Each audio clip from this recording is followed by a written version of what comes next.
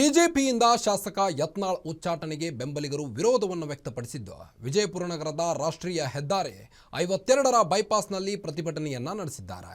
ಅಪ್ಪ ಕಳ್ಳ, ಮಗ ಸುಳ್ಳ ಎಂದು ಯಡಿಯೂರಪ್ಪ ವಿಜೇಂದ್ರ ವಿರುದ್ಧ ಘೋಷಣೆಯನ್ನ ಕೂಗಿ ಆಕ್ರೋಶವನ್ನ ವ್ಯಕ್ತಪಡಿಸಿದ್ದಾರೆ. ಕೂಡಲೇ ಯತ್ನಾಳ್ ಉಚ್ಚಾಟನೆ ವಾಪಸ್ ಪಡೆಯಬೇಕೆಂದು ಬೆಂಬಲಿಗರು ಆಗ್ರಹಿಸಿದ್ದಾರೆ.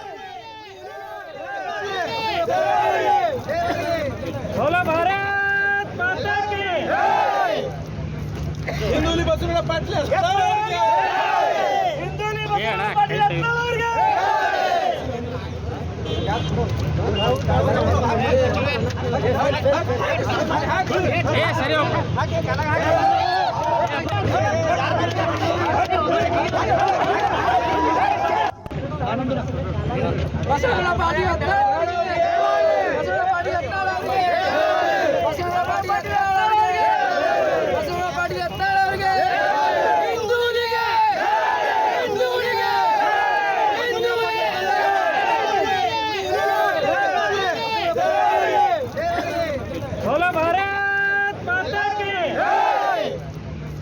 ಹಿಂದೂಲಿ ಬಸವಣ್ಣ ಪಾಟೀಲ್